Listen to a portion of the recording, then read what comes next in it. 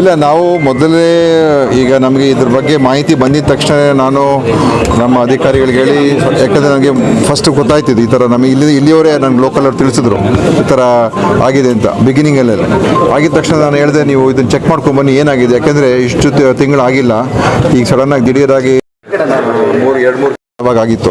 ಯಾಕೆ ಆ ಥರ ಆಗ್ತದೆ, ಅಷ್ಟೊತ್ತಿಗೆ ಆಮೇಲೆ 4 ಕೇಸ್ ಆಯಿತು. ಆಮೇಲೆ ಇದನ್ನು ಚೆಕ್ ಮಾಡ್ಕೊಂಬನ್ನಿ ಅಂತ ಒಂದು ಟೀಮ್ ಕಳಿಸ್ಬೇಕು ಅಂತ ಹೇಳಿ, ಆಮೇಲೆ ನಮ್ಮ Rajiv Gandhi Health University contact ಮಾಡಿ ನಾವು ಅವರಿಂದ ಒಂದು ಟೀಮನ್ನು ರಚನೆ ಮಾಡಿ ಕಳಿಸ್ಕೊಟ್ಟು ವರದಿ ಬರಲಿ ಏನಾಗಿದೆ ಅಂತ ಮೊದಲು ತಿಳ್ಕೊಳ್ಳೋಣ ಅಂತ.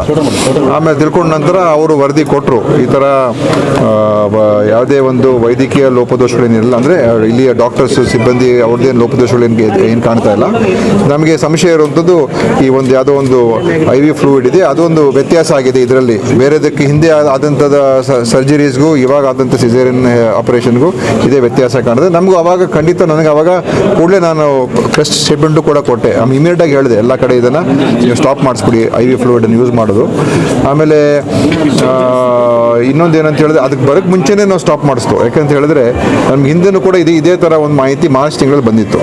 ಆವಾಗ ನಾನು ಎಲ್ಲವನ್ನು ಸ್ಟಾಪ್ ಮಾಡಿಸ್ಬಿಟ್ಟೆ ಇಡೀ ರಾಜ್ಯದಲ್ಲಿ. ಅವಾಗ ಅಂದರೆ ಡೆತ್ ಏನಾಗಿರಲಿಲ್ಲ, ಅದು ಎಲ್ಲ ಕಡೆಯಿಂದ ರಿಯಾಕ್ಷನ್ ಬರ್ತಾ ಇದೆ. ಕೆಲವು ಕಡೆ ಒಂದು 3-4 ಕಡೆಯಿಂದ ನಮ್ಗೆ ಬಂದು ಸುದ್ದಿ ಈ ಥರ ರಿಯಾಕ್ಷನ್ ಬರ್ತಾ ಇದೆ, IV ಫ್ಲೂಯಿಡ್ ಸ್ವಲ್ಪ ಚಳಿ ಜ್ವರ ಬರ್ತಾ ಇದೆ ಅಂತ. ಅವಾಗ ನಾವು ಎಲ್ಲ ಕಡೆ ಅದನ್ನು ಸ್ಟಾಪ್ ಮಾಡಿಸಿದ್ರು. ಆಮೇಲೆ ಅದನ್ನು ಟೆಸ್ಟ್ ಮಾಡಿಸಿದಾಗ ಅದು ಸರಿ ಇಲ್ಲ ಅಂತ ಬಂತು, ಒಂದು ಕೆಲವು ಸ್ಯಾಂಪಲ್ ಸರಿ ಇಲ್ಲ ಅಂತ ಬಂತು. ಆಮೇಲೆ ನಾವು ಅವ್ರನ್ನ ಬ್ಲ್ಯಾಕ್ ಲಿಸ್ಟು ಕೂಡ ಮಾಡಿದ್ರು. ಅದ ನಂತರ ಏನಾಯಿತು, ಅವರು ಅಪೀಲ್ ಹಾಕೊಂಡ್ರು. ಅಪೀಲ್ ಹಾಕೊಂಡವರು ಸೆಂಟ್ರಲ್ ಡ್ರಗ್ ಲ್ಯಾಬ್ಗೆ ಹೋದರು. ಸೆಂಟ್ರಲ್ ಡ್ರಗ್ ಲ್ಯಾಬ್ ಅವರು ಇದೆಲ್ಲ ಸರಿ ಇದೆ ಅಂತ ಅವ್ರು ಕೊಟ್ಟರು. ಕೋರ್ಟ್ ಅವ್ರು ಏನು ಮಾಡಿದ್ರು, ನಾವು ಬ್ಲ್ಯಾಕ್ ಲಿಸ್ಟ್ ಮಾಡೋದನ್ನು ಸ್ಟೇ ಮಾಡಿಬಿಟ್ರು. ಸೊ ನಾವಾದರೂ ಕೂಡ ಇದು ನಾವು ಎಲ್ಲ ಟೆಸ್ಟ್ ಮಾಡೋವರೆಗೂ ನಾವು ಯಾವುದು ಬಿಡುಗಡೆ ಮಾಡೋದು ಬೇಡ ಅಂಥೇಳಿ ನಾನು ಎಲ್ಲವನ್ನು ಕೂಡ ಬಿಡುಗಡೆ ಮಾಡೋಕ್ಕೆ ಬಿಡಲಿಲ್ಲ, ಹಾಗೇ ಇಟ್ಕೊಂಡಿದ್ದು ಎಲ್ಲ. ಆಮೇಲೆ ನಮ್ಮ ಡ್ರಗ್ ಕಂಟ್ರೋಲ್ ಲ್ಯಾಬ್ ಅವರು 90 ಸ್ಯಾಂಪಲ್ಸ್ ಟೆಸ್ಟ್ ಮಾಡಿದ್ರು. ಅದರಲ್ಲಿ ಇನ್ನೊಂದು 18 ಫೇಲಿಯರ್ ಬಂತು. ಆವಾಗ ನಾವು ಮತ್ತೆ ಅವರು ಅದರ ಮೇಲೆ ಸೆಂಟ್ರಲ್ ಡ್ರಗ್ ಲ್ಯಾಬ್ ಅಪೀಲ್ ಹಾಕ್ಕೊಂಡಿದ್ದಾರೆ. ಮತ್ತು ನಾವು ಅದನ್ನು ಹಾಗೆ ಇಟ್ಕೊಂಡು ಆಮೇಲೆ ಈಗ ನಮ್ಮ ಸ್ಟಾಕ್ ಎಲ್ಲ ಇದೆ. ಈ ಕಂಪನಿ ನಮಗೆ ಸಪ್ಲೈ ಮಾಡಿಬಿಟ್ಟಿದೆ, ಇಡೀ ರಾಜ್ಯಕ್ಕೆ ಎಲ್ಲ ಕಡೆ ಕೊಟ್ಬಿಟ್ಟಿದ್ದು. ಆಮೇಲೆ ಏನಾಯಿತು ಅಂತ ಹೇಳಿದ್ರೆ, ಏನು ಈ ಡೆಂಗ್ಯೂ ಸಂದರ್ಭದಲ್ಲಿ ಇದು ಉಪಯೋಗ ಮಾಡಬೇಕು, ಬೇಕಾದಾಗ IV ಫ್ಲೂಯಿಡ್ಸ್ ಬೇಕು ಅಂತ ಶುರು ಆಯಿತು. ಆವಾಗ ನಾನು KSMH ಹಿಡಿದು ಇದು ಇವಾಗ ಏನು ಮಾಡಬೇಕು ಅಂತ ಅವರು ಮತ್ತು ಅವರೇ ಟೆಕ್ನಿಕಲ್ ಕಮಿಟಿ ಎಲ್ಲ ಮೀಟಿಂಗ್ ಮಾಡಿದ್ರು, ಚರ್ಚೆ ಮಾಡಿದ್ರು, ಮತ್ತು ಎಲ್ಲವನ್ನು ಕೂಡ ಟೆಸ್ಟ್ ಮಾಡಿಸಿದ್ರು. ಇನ್ನೊಮ್ಮೆ ಪೂರ್ತಿ ಎಲ್ಲ ಬ್ಯಾಚಸ್ನ ಟೆಸ್ಟ್ ಮಾಡಿಸಿ ಆಮೇಲೆ ಅದರಲ್ಲಿ ಎಲ್ಲ ಸ್ಯಾಂಪಲ್ಸು ನ್ಯಾಷನಲ್ ಲ್ಯಾಬ್ ಅವರು ಹೇಳಿದ್ರೆ ಕರೆಕ್ಟ್ ಇದೆ ಅಂತ ಹೇಳಿದ್ರು, ಸರಿಯಾಗಿದೆ ಅಂತ ಹೇಳಿದ್ರು. ಆದರೂ ನಾವು ಸುಮ್ಮನೆ ಇದ್ದು. ಬಟ್ ನಮ್ಮಲ್ಲಿ ಯಾವುದು 22 ಫೇಲಿಯರ್ ಆಗಿದೆ ಅದನ್ನು ಬಿಡುಗಡೆ ಮಾಡಲೇ ಇಲ್ಲ, ಇವತ್ತವರೆಗೂ ಬಿಡುಗಡೆ ಮಾಡಲಿಲ್ಲ ನಾವು. ಯಾವುದು ನಮ್ಮಲ್ಲೂ ಸರಿ ಇದೆ, ಅವರು ನ್ಯಾಷನಲ್ ಲ್ಯಾಬ್ ಸರಿ ಇದೆ ಅಂತ ಏನು ಹೇಳಿದ್ರು, ಅದ್ರ ಪ್ರಕಾರ ಇವರು KSMH ಏನು ಮಾಡಿದ್ದಾರೆ ನಮಗೂ ಕೂಡ ಗೊತ್ತಿರಲಿಲ್ಲ. ಅವರೇ ಒಂದು ಮೀಟಿಂಗ್ ಮಾಡಿಕೊಂಡು ಇದನ್ನು ಟೆಕ್ನಿಕಲ್ ಕಮಿಟಿ ಎಕ್ಸ್ಪರ್ಟ್ಸ್ ಎಲ್ಲ ಕರೆದು, ಆಯಿತು ಯಾವುದು ಅಪೂರ್ವವಾಗಿದೆ ಸೆಂಟ್ರಲ್ ಲ್ಯಾಬ್ಗಳಿಂದ ಅದನ್ನು ಮಾತ್ರ ಬಿಡುಗಡೆ ಮಾಡೋಣ ಅಂತ ಬಿಡುಗಡೆ ಮಾಡೋದಕ್ಕೆ ಸೆಪ್ಟೆಂಬರ್ ಅಕ್ಟೋಬರ್ ತಿಂಗಳಲ್ಲಿ ಪರ್ಮಿಷನ್ ಕೊಟ್ಟಿದ್ದಾರೆ. ಅಕ್ಟೋಬರ್ ಆವಾಗ ಕೆಲವು ಕಡೆ ಎಲ್ಲ ಯೂಸ್ ಮಾಡ್ತಾ ಇದ್ದಾರೆ. ಅದ್ರಲ್ಲಿ ಒಂದು ಬ್ಯಾಚ್ ಇಲ್ಲೂ ಕೂಡ ಬಂದಿರೋದು ಬಳ್ಳಾರಿ, ನಮಗೆ ಇದುವರೆಗೂ ಇರುವ ಮಾಹಿತಿ. ಸೊ ಅದು ಈಗ ಮತ್ತೆ ಈಗ ಈ ಥರ ಘಟನೆ ಆಗಿದ ತಕ್ಷಣ ಅನುಮಾನ ನಮ್ಮಲ್ಲಿ ಹೆಚ್ಚು ಇದ್ರ ಮೇಲೆ ಇರುವಂಥದ್ದು. ಈಗ ನಾವು ಅದನ್ನು ಕಾನೂನು, ಈಗ ನಾನು ಸೆಂಟ್ರಲ್ ಡ್ರಗ್ ಅವ್ರಿಗೂ ಕೂಡ ಲೆಟರ್ ಬರ್ತಿದ್ದೀವಿ. ಈಗ ನಾವು ಫೇಲ್ ಮಾಡ್ತೀವಿ, ನೀವು ಪಾಸ್ ಮಾಡಿಸ್ತೀರಾ, ಮತ್ತು ನಿಜ ಅಂಶ ಮತ್ತು ಕೋರ್ಟ್ ಮುಂದೆ ನಾವು ಹೋಗಿ ಏನಂತ ಹೇಳೋದು, ಯಾವ ಥರ ಇದನ್ನು ನಾವು ಆರ್ಗ್ಯೂ ಮಾಡೋದು, ಮತ್ತು ಅವ್ರನ್ನ ಹೆಂಗೆ ಬ್ಲ್ಯಾಕ್ ಲಿಸ್ಟ್ ಮಾಡೋದು, ಹೇಗೆ ಕ್ರಮ ತಗೊಳ್ಳೋದು, ಅದನ್ನು ಕೂಡ ಒಂದು ದೊಡ್ಡ ವಿಷಯ ಆಗಿದೆ ಈಗ. ಮತ್ತು ಈ ಥರದ ಒಂದು ಕಂಪನಿ, ಮ್ಯಾನುಫ್ಯಾಕ್ಚರಿಂಗ್ ಕಂಪನಿ, ಈ ಥರ ಅವರು ಕಂಟ್ಯಾಮಿನೇಟೆಡ್ ಸಪ್ಲೈ ಮಾಡಿದ್ರೆ ಹೊಣೆ ಯಾರ್ದು, ಹೆಂಗೆ ನಾವು ಆ ಮ್ಯಾನುಫ್ಯಾಕ್ಚರಿಂಗ್ ಫೆಸಿಲಿಟಿ ಬಗ್ಗೆ ನಾವು ನೋಡಬೇಕಾಗ್ತದೆ. ಇದ್ರ ಬಗ್ಗೆನೂ ಕೂಡ, ಯಾಕಂದರೆ ಇದು ಖಂಡಿತವಾಗಿಯೂ ಭಾಳ ಒಂದು ದೊಡ್ಡ ವಿಷಯ. ಈ ಥರ ವಿಷಯಗಳು ಇನ್ನೂ ಎಲ್ಲೆಲ್ಲಿ ಎಷ್ಟೆಷ್ಟು ಆಗ್ತಾ ಇದ್ದೋ ನಮ್ಮ ದೇಶದಲ್ಲಿ ನಮ್ಗೆ ಗೊತ್ತಾಗೋದಿಲ್ಲ. ಅದಕ್ಕೇ ಇದನ್ನು ಇನ್ನೂ ನಾವು ಕಠಿಣವಾದಂಥ ಕ್ರಮಗಳು ತಗೊಳ್ಬೇಕು, ಗಟ್ಟಿಯಾದ ಕ್ರಮಗಳು ತಗೊಳ್ಬೇಕಾಗ್ತದೆ. ಮತ್ತು ಇಂಥ ಒಂದು ಏನು ನಮ್ಮ ರೆಗ್ಯುಲೇಷನ್ಗಳೇನಿದೆ ಅದನ್ನು ಇನ್ನೂ ನಾವು ಗಟ್ಟಿ ಮಾಡಬೇಕಾಗ್ತದೆ. ಇಂಥ ಯಾವುದೇ ಕಾರಣ ಕೂಡ ಒಂದು ಡ್ರಗ್ ಕ್ವಾಲಿಟಿಯಲ್ಲಿ ನಾವು ಕಾಂಪ್ರಮೈಸ್ ಆಗೋದಕ್ಕೆ ಬಿಡದೇ ಇರುವಂಥ ರೀತಿ ಪರಿಸ್ಥಿತಿ ಬರಬೇಕು. ಮತ್ತು ಯಾವ ಕಂಪನಿಗಳು ಈ ಥರ ಮಾಡ್ತಾರೆ ಅವ್ರ ಮೇಲೆ ಕಠಿಣ ಶಿಕ್ಷೆ ಆಗಬೇಕು. ಇದು ನಮ್ಮ ದೇಶದಲ್ಲಿ ಇದುವರೆಗೂ ಒಂದು ಫಾರ್ಮಾ ಕಂಪನಿ ಮೇಲೆ ಕಠಿಣ ಶಿಕ್ಷೆ ಆಗಿಲ್ಲ. ಅದು ಒಂದು ಇವತ್ತು ನಾನು ಇದನ್ನೆಲ್ಲ ನೋಡಬೇಕಾದ್ರೆ ನಮ್ಮ ಇಡೀ ರೆಗ್ಯುಲೇಷನ್ಸ್ ಕಾನೂನುಗಳು ಹೆಂಗಿದೆ ಅಂತ ಹೇಳಿದ್ರೆ ಈ ಕಂಪನಿಗಳಿಗೇ ಪ್ರೊಟೆಕ್ಟ್ ಮಾಡುವಂಥ ರೀತಿಯಲ್ಲಿ ಆಗೋಗಿದೆ. ಒಬ್ರಿಗೂ ಕೂಡ ಶಿಕ್ಷೆ ಆಗೋದಿಲ್ಲ, ಒಬ್ರು ಕೂಡ ದೊಡ್ಡ ಒಂದು ಫ್ಯಾಕ್ಟ್ರಿ ಬಂದ್ ಆಗೋದಿಲ್ಲ, ಏನೋ ಅವರು ಅಡ್ಜಸ್ಟ್ ಮಾಡ್ಕೊಂಡು ಹೊರಟೋಗ್ತಾವ್ರೆ. ಸೊ ಇದನ್ನು ಕೂಡ ನಾವು ನೋಡಬೇಕು. ಸೊ ಈಗ ನಾವು ಇದನ್ನು ಇನ್ನೂ ಈಗ ನಮ್ಮ ಡೈರೆಕ್ಟರ್ ಇಲ್ಲಿದ್ದಾರೆ, ಅವರ ನೇತೃತ್ವದಲ್ಲಿ ನಾವು ಈ ರಾಜ್ಯದಲ್ಲಿ ಈಗ ಏಪ್ರಿಲ್ ತಿಂಗಳಿಂದ ಇಲ್ಲಿವರೆಗೂ 327 ಈ ಸಾವುಗಳು, ಬಾಣಂತಿಯ ಸಾವುಗಳು ಆಗಿರುವಂಥ ಮೆಟರ್ನಲ್ ಡೆತ್ಸ್ ಆಗಿರುವಂಥದ್ದು, ಅದನ್ನು ಪ್ರತಿಯೊಂದು ಕೂಡ ನೀವು ಚೆಕ್ ಮಾಡಿ ಅಂತ ಹೇಳಿದ್ದೀನಿ. 327 ಸರ್ಕಾರ ಮತ್ತು ಖಾಸಗಿ ಎರಡಲ್ಲೂ ಕೂಡ ಚೆಕ್ ಮಾಡಿ ಏನಾಗಿದೆ, ಹೇಗಾಗಿದೆ, ಯಾಕಾಯಿತು, ಮತ್ತು ಬೇರೆ ಏನಾದರೂ ಕಾರಣಗಳಿದೆಯಾ ಅಂತ ಒಂದು ಆಡಿಟ್ ರಿಪೋರ್ಟ್ ಅವರು ಕೂಡ ಮಾಡಕ್ಕೆ ಹೇಳಿದ್ದೀವಿ. ಈ ಒಂದು 5 ಏನು ತೀರ್ಕೊಂಡಿದ್ದಾರೆ ಇದನ್ನು ಇನ್ನೊಂದು ಉನ್ನತ ಸಮಿತಿ ಅಂದರೆ ಇನ್ನೊಂದು ಉನ್ನತ ತಜ್ಞರನ್ನು ಕೂಡ ಮತ್ತೊಮ್ಮೆ ಕರೆಸಿ, ಯಾಕಂದ್ರೆ ನಾವು ಇದೆಲ್ಲ ಕೋರ್ಟ್ಗಳಲ್ಲಿ ಕಾನೂನು ಪ್ರಕಾರ ಹೋರಾಟ ಮಾಡಬೇಕು ಮುಂದೆ. ಸೊ ಇದನ್ನು ನಾವು ಸರಿಯಾದ ಮಾಹಿತಿಗಳನ್ನು, ಸರಿಯಾದ ಒಂದು ಎವಿಡೆನ್ಸನ್ನು ನಾವು ಕಲೆಕ್ಟ್ ಮಾಡ್ಕೊಳ್ದು ಹೋದರೆ ನಾಳೆ ಕೋರ್ಟ್ಗಳಲ್ಲಿ ಇವರೆಲ್ಲ ಬಚಾವಾಗ್ಬಿಡ್ತಾರೆ. ಅದಕ್ಕೆ ಅದನ್ನು ಕೂಡ ನೋಡಬೇಕು. ಮತ್ತು ಅದನ್ನು ಕೂಡ ಮಾಡಿಸ್ತಾ ಇದ್ದೀನಿ. ಆಮೇಲೆ ನಮ್ಮ ಡ್ರಗ್ ಕಂಟ್ರೋಲನ್ನು ಕೂಡ ಅವರು ಯಾಕೆ ಈ ಕಂಪನಿ ಮೇಲೆ ಪ್ರಾಸಿಕ್ಯೂಷನ್ ಮುಂದುವರಿಸ್ಬೋದಾಗಿತ್ತು, ಅವ್ರು ಯಾಕೆ ಅದನ್ನು ಸುಮ್ಮನೆ ಕೂತ್ಕೊಂಡ್ರು ಅಂತ ನಾವು ಅದನ್ನು ಸಸ್ಪೆಂಡ್ ಮಾಡಿದ್ರು. ಬ್ಲ್ಯಾಕ್ ಲಿಸ್ಟ್ ಆಗಿದ್ರು ಕೂಡ, ಸ್ಟೇ ಆಗಿದ್ರು ಕೂಡ ಸ್ಟೇನ ವೆಕೇಟ್ ಮಾಡಿಸಿ ಮತ್ತೆ ಅದನ್ನು ಪ್ರಾಸಿಕ್ಯೂಟ್ ಮಾಡೋದಕ್ಕೆ ಅವಕಾಶ ಇತ್ತು ಅವ್ರಿಗೂ. ಅದು ಯಾಕೆ ಮಾಡಲಿಲ್ಲ? ನಮ್ಮ KSMACL ಕಂಪನಿ ಇದೆ, ಅದರದ್ದು ಅವರು ಕೂಡ ಅವರೆಲ್ಲ ಟೆಸ್ಟ್ ಮಾಡಿಸಿದ್ದಾರೆ. ಆದರೆ ಈಗ ಅದನ್ನು ಮತ್ತೆ ಇನ್ನೇನಾದರೂ ಇದೆಯಾ ಅಂತ ನಾವು ತನಿಖೆಯನ್ನು ಮಾಡಿಸೋದಕ್ಕೆ ನಾವು ಈಗ ಶೋ ಕಾಸ್ ನೋಟಿಸ್ ಕೊಟ್ಟಿದ್ದೀವಿ. ಈ ಥರದ್ದೆಲ್ಲ ಇರುವಂಥದ್ದು. ಸಾಕಷ್ಟು ಅನುಮಾನ ಬರ್ತಾ ಇದೆ. ಹೌದು, ಖಂಡಿತ. ಇವಾಗ ಕೋರ್ಟ್ ಮುಂದೆ ಹೋದರೆ ಸೆಂಟ್ರಲ್ ಲ್ಯಾಬ್ ರಿಪೋರ್ಟೇ ಅವರು ಎತ್ತಿ ಹಿಡಿಯೋದು, ನಮ್ಮ ಲ್ಯಾಬ್ ರಿಪೋರ್ಟ್ ಎತ್ತಿ ಹಿಡಿಯೋದಿಲ್ಲ. ಅದು ಒಂದು ಸಮಸ್ಯೆ ಇದೆ. ಮತ್ತು ನ್ಯಾಷನಲ್ ಅಕ್ರೆಡಿಟೆಡ್ ಲ್ಯಾಬ್ಸ್ ಏನಿದೆ ಅವರು ಎಲ್ಲ ಬ್ಯಾಚಸ್ಸು ಸರಿ ಇದೆ ಅಂತ ಹೇಳ್ಬಿಟ್ಟಿದ್ದಾರೆ.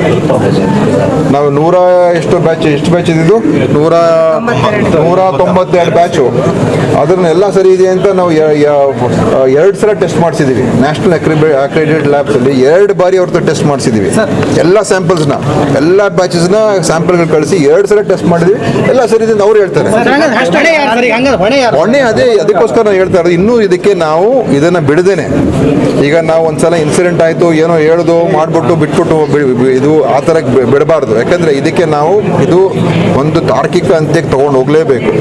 ಎಲ್ಲಿ ಆಗಿದೆ, ಏನಾಗಿದೆ, ಸರಿಯಾದ ರೀತಿಯಲ್ಲಿ ನಾವು ಇದನ್ನು ಕೊಟ್ಟು ಕಾನೂನಿನ ಒಂದು ಹೋರಾಟ ಇರ್ಬೋದು, ಮತ್ತು ನಮ್ಮಲ್ಲಿರುವಂಥ ವ್ಯವಸ್ಥೆಗಳನ್ನ ಸರಿಪಡಿಸೋದಿರ್ಬೋದು, ನಮ್ಮಲ್ಲಿರುವಂಥ ಏನು ಇದಿದೆ ಆ್ಯಕ್ಟ್ ಇದೆ, ನಮ್ಮ ಡ್ರಗ್ ಕಂಟ್ರೋಲ್ ಆ್ಯಕ್ಟು, ಇದೆಲ್ಲ ಏನಿದೆ ಇದನ್ನು ಸರಿಪಡಿಸ್ಕೊಳ್ಳುವಂಥದ್ದು, ಕೇಂದ್ರದ ಆ್ಯಕ್ಟ್ ಏನಿದೆ ಅದನ್ನು ಸರಿಪಡಿಸೋದಕ್ಕೆ ಪ್ರಯತ್ನ ಮಾಡಬೇಕು.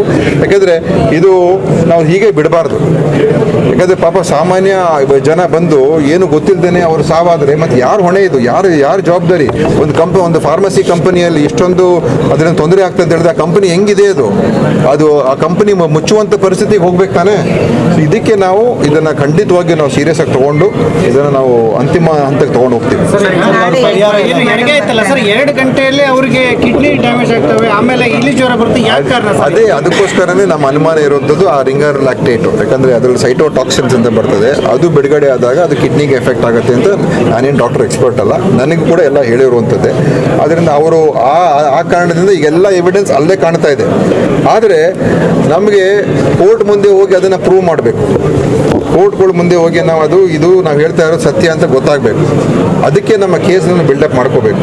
ಈಗ ನಾವು ಬೇರೆ ಎಲ್ಲ ಸ್ಯಾಂಪಲ್ಸ್ ಆ ಕಂಪನಿಯಿಂದ ಎಲ್ಲವನ್ನು ಸ್ಥಗಿತ ಮಾಡಿದ್ದೀವಿ. ಬೇರೆ ಅವ್ರು ಕೊಟ್ಟಿರೋ ಪ್ರಾಡಕ್ಟ್ಸ್ ಕೂಡ ಸ್ಥಗಿತ ಮಾಡಿದ್ದೀವಿ. ಅವ್ರ ಮೇಲೆ ಈಗ ಬೇರೆ ಒಂದು ಟೆಸ್ಟ್ಗಳು ಮಾಡಿಸಿ ಅವ್ರ ಮೇಲೆ ಪ್ರಾಸಿಕ್ಯೂಷನ್ ಮಾಡೋದು ಕೂಡ ಮೂವ್ ಮಾಡ್ತೀವಿ. ಮತ್ತು ಬೇರೆ ಎಲ್ಲ ನಾವು ತಯಾರು ಮಾಡ್ಕೊಂಡು ಮುಂದೆ ಹೆಜ್ಜೆ ಇಡಬೇಕು. ಅದನ್ನ ಬಳಕೆ ಯಾವುದು ಸ್ಟೇಟ್ ಲ್ಯಾಬ್ ನಮ್ಮಲ್ಲಿ ಸೆಂಟ್ರಲ್ ಲ್ಯಾಬ್ ಸರಿ ಇದೆ ಅಂತ ಹೇಳಿದ್ರು ಕೂಡ ಸ್ಟೇಟ್ ಲ್ಯಾಬ್ ಯಾವ್ದು ಸರಿ ಇಲ್ಲ ಅಂತ ಹೇಳಿದ್ರು ಅದನ್ನು ನಾವು ಬಳಕೆ ಮಾಡಲೇ ಇಲ್ಲ.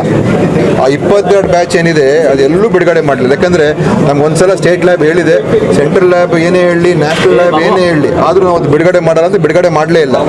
ಯಾವುದು ನಮ್ಮ ಸ್ಟೇಟ್ ಲ್ಯಾಬು ಓಕೆ ಇದೆ, ನ್ಯಾಷನಲ್ ಲ್ಯಾಬು ಓಕೆ ಇದೆ ಅಂತ ಹೇಳಿದ್ರು ಅದನ್ನು ಮಾತ್ರ ಅವಾಗ ಅದನ್ನು ಬಿಡುಗಡೆ ಮಾಡಿದ್ದಾರೆ ನಮ್ಮ ಮೆಡಿಕಲ್ ಸಪ್ಲೈಸ್ ಕಾರ್ಪೊರೇಷನ್ ಅವರು. ಪೇಷಂಟ್ ಬಂದು ಹೆರಿಗೆ ಆಗುತ್ತೆ ಸರ್, ನಾರ್ಮಲ್ ಹೆರಿಗೆ ಆಗುತ್ತೆ, ಆದರೆ ಏಕೈಕ ತೀವ್ರ ರಕ್ತಸ್ರಾವದಿಂದ ಸಾವನ್ನಪ್ತಾರೆ. ಅವರು ಕೂಡ ತೀರಾ ಬಡವರು. ನನಗೆ ಗೊತ್ತಿಲ್ಲ, ಅದನ್ನು ಚೆಕ್ ಮಾಡ್ತೀನಿ. ಯಾಕಂದ್ರೆ ಒಂದೊಂದು ಪ್ರಕರಣ ಒಂದೊಂದು ಇರ್ತದೆ.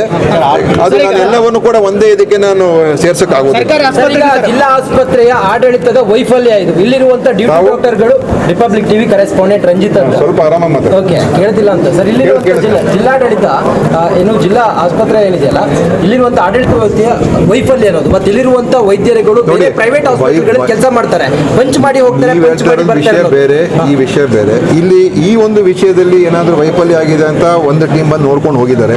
ನಾನು ಇನ್ನೊಂದು ಅದಕ್ಕಿಂತ ಉನ್ನತ ಮಟ್ಟದ ಟೀಮನ್ನು ಕಳಿಸ್ತಾ ಇದ್ದೀನಿ. ಬಟ್ ನಾಳೆ ACS ಮೇಡಮ್ ಬರ್ತಾರೆ. ಅವ್ರು ಬರ್ಬೋದು. ಬಟ್ ನಾನು ಹೇಳ್ತಾ ಇರೋದು ಮೆಡಿಕಲ್ ಎಕ್ಸ್ಪರ್ಟ್ಸ್ ಬೇಕಲ್ಲ, ಮೆಡಿಕಲ್ ಎಕ್ಸ್ಪರ್ಟ್ಸ್ ಬೇಕು. ಸೊ ಇದೊಂದು ಮೆಡಿಕಲ್ ಎಕ್ಸ್ಪರ್ಟ್ ಟೀಮ್ ಬಂದು ರಾಜೀವ್ ಗಾಂಧಿ ಹೆಲ್ತ್ ಯೂನಿವರ್ಸಿಟಿ ಅವ್ರು ಬಂದು ರಿಪೋರ್ಟ್ ಕೊಟ್ಟಿದ್ದಾರೆ. ಇಲ್ಲಿಯ ಡಾಕ್ಟರ್ಸ್ ಏನು ತಪ್ಪು ಮಾಡಿಲ್ಲ ಅಂತ ಹೇಳಿದ್ದಾರೆ. ರೋಗಿಗಳೇ ಹೇಳ್ತಾ ಇದ್ದಾರೆ ಸರ್, ಇವತ್ತು ವೈದ್ಯರ ನಿರ್ಲಕ್ಷ್ಯ ಅಂತ ಹೇಳಿ ಅದು ನೋಡೋಣಪ್ಪ, ನೋಡಿ ನೀವು ಹೇಳ್ದಂಗೆ ನಾನು ವರದಿ ಆಧಾರದ ಮೇಲೆ, ಮಾಹಿತಿ ಆಧಾರದ ಮೇಲೆ ನಾನು ಹೇಳ್ಬೋದು. ಅದು ಈಗ ಆಲ್ಟರ್ನೇಟ್ ನಾವು ಅವ್ರಿಗೆ ಸ್ವಂತ ಖರೀದಿ ಮಾಡೋಕ್ಕೂ ಕೂಡ ಹೇಳಿದ್ದೀವಿ. ಅವ್ರ ಹತ್ರ ಹಣ ಇದೆ, ಇದನ್ನು ಬೇರೆ ಹೊರಗಡೆಯಿಂದ ನೀವು ಅದನ್ನು ಅವರಿಗಾಗಲೇ ಖರೀದಿ ಮಾಡ್ತಾ ಇದ್ದಾರೆ. ಅವ್ರದ್ದು ABRK ದುಡ್ಡಿದೆ ಅವ್ರ ಹತ್ರ, ಖರೀದಿ ಎಲ್ಲ. ಇದೊಂದೇ ಆಸ್ಪತ್ರೆ ಅಲ್ಲ, ಇಡೀ ಕರ್ನಾಟಕದ ಎಲ್ಲ ಆಸ್ಪತ್ರೆಗಳಲ್ಲೂ ಕೂಡ ಪರ್ಯಾಯವಾಗಿ ಖರೀದಿ ಮಾಡಕ್ಕೆ ಹೇಳಿದ್ದೀವಿ. ನಾವು ಹೊಸ ಟೆಂಡರ್ ಕೂಡ ಕರೆದಿದ್ದೀವಿ. ಇಲ್ಲ, ಶಾರ್ಟೇಜ್ ಆಗಲ್ಲ, ದುಡ್ಡಿದೆ. ಮತ್ತೆ ನಾವು ಕೂಡ ಹೊಸ ಟೆಂಡರ್ ಕರೆದಿದ್ದೀವಿ. ನೋಡಿ, ಈಗ ಏನಂದ್ರೆ ಸೋಮವಾರದಿಂದ ಎಲ್ಲ ಚರ್ಚೆ ಆಗ್ತದೆ ವಿಧಾನಸಭೆಯಲ್ಲಿ.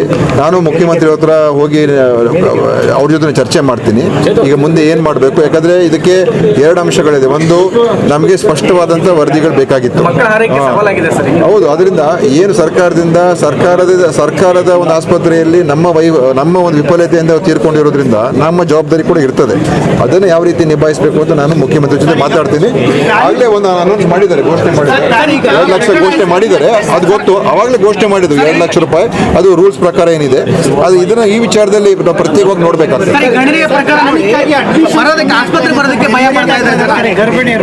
ಈಗ ಇದುವರೆಗೂ ಒಂದೇನಂದ್ರೆ ಅವತ್ತಿನ ಇನ್ಸಿಡೆಂಟ್ ಆದ್ಮೇಲಿಂದ ಇಲ್ಲಿವರೆಗೂ ಸುಮಾರು 135 ಹೆರಿಗೆಗಳಾಗಿದೆ. ಎಲ್ಲ ಕೂಡ ಸಹಜವಾದಂಥ ಒಳ್ಳೆ ರೀತಿಯಲ್ಲಿ ಯಾವುದೂ ಸಮಸ್ಯೆಗಳೇನಾಗಿಲ್ಲ. ಅದರಿಂದ ನನ್ನ ಪ್ರಕಾರ ಯಾವುದೂ ಭಯ ಪಡುವಂಥದ್ದು ಏನಿಲ್ಲ. ಎಲ್ಲರೂ ಬರ್ಬೋದು. ಖಂಡಿತ ಅವ್ರು ಸ್ವಲ್ಪ ಮೊದಲು ಆತಂಕ ಇರ್ಬೋದು. ಆದರೆ ಈಗ ಆಗಿರುವಂಥ ಎಲ್ಲ ಪ್ರಕರಣಗಳು ಎಲ್ಲೂ ಕೂಡ ಏನು ಅಂತ ಕಾಂಪ್ಲಿಕೇಶನ್ ಆಗಿಲ್ಲ, ಎಲ್ಲ ಚೆನ್ನಾಗಿ ನಡೆದಿದೆ. OT ಎಲ್ಲ ಈಗ ಮತ್ತೆ ಎಲ್ಲ ಪೂರ್ತಿ ಪರಿಶೀಲನೆ ಮಾಡಿ, OTಯಿಂದ ಏನಾದರೂ ಕಾರಣ ಅಂತಲೂ ಕೂಡ ಅದನ್ನು ಚೆಕ್ ಮಾಡಿದ್ದಾರೆ. ಸೊ OTಯಲ್ಲಿ ಏನಾದರೂ ಇನ್ಫೆಕ್ಷನ್ ಆಗಿತ್ತಾ, OT ಕಂಟಾಮಿನೇಷನ್ ಆಗಿತ್ತಾ, ಅದರಿಂದ ಕೂಡ ಆಗುವಂಥ ಸಾಧ್ಯತೆಗಳು ಇರ್ತದೆ. ಆದರೆ ಅದೆಲ್ಲ ಕೂಡ ಟೆಸ್ಟ್ ಮಾಡಿದರೆ OTಗಳೆಲ್ಲ ಎರಡು OT ಸರಿಯಾಗಿತ್ತು. ಇದುವರೆಗೂ ಇರುವಂಥ ಮಾಹಿತಿ ನಾನು ಅದಕ್ಕೆ ನಮ್ಮ ಉನ್ನತ ಒಂದು ಸಮಿತಿ ಬಂದಿತ್ತು, ಅವ್ರು ಹೇಳಿದ್ದಾರೆ. ಅದಕ್ಕಿಂತ ಇನ್ನೊಂದು ಸ್ವಲ್ಪ ನಮ್ಮ ರಾಜ್ಯದನ್ನು ಬಿಟ್ಟು ಬೇರೆ ಕಡೆಯಿಂದ ಬಂದು ನೋಡ್ಕೊಂಡು ಹೋಗೋದಕ್ಕೆ, ಯಾಕಂದರೆ ಅವರು ಮೆಡಿಕಲ್ಗೆಲ್ಲ ನೋಡ್ತಾರೆ, ಅವ್ರನ್ನೂ ಕೂಡ ಕರೆಸೋದಕ್ಕೆ ಯೋಚನೆ ಮಾಡಿದ್ದೀವಿ. ಅದು ಸೋಮವಾರ ಮಂಗಳವಾರ ಗೊತ್ತಾಗ್ತದೆ ಯಾರನ್ನ ಕಳಿಸ್ಕೊಡ್ಬೇಕು. ಬಾಣಂತಿಯರ ಮನೆಗೆ 2 ಲಕ್ಷ ರೂಪಾಯಿ ಪರಿಹಾರ ಘೋಷಣೆ ಮಾಡಿದ್ದೀರಿ. 24 ವರ್ಷದ ಬಾಣಂತಿಯರು ಮೃತಪಟ್ಟಿರೋದ್ರ ಬಗ್ಗೆ ತಮ್ಮ ಗಮನದಲ್ಲಿದೆ. VA ಓದ್ತಿರುವಂತಹ ಬಾಣಂತಿಯರು ಇಂಥದ್ದಲ್ಲ ಸರ್, ಅವ್ರಿಗೆ ಪರಿಹಾರದ ವಿಚಾರವಾಗಿ ತಾವು ಹೆಚ್ಚುವರಿಯಾಗಿ ಏನು ಚರ್ಚೆ ಮಾಡಿದ್ದೀರಿ? ಅದೇ ಹೇಳಿದ್ನಲ್ಲ, ಈಗ ಅದೇ ಮತ್ತೆ ಅದನ್ನೇ ಕೇಳ್ತಾ ಇದ್ದಾರೆ.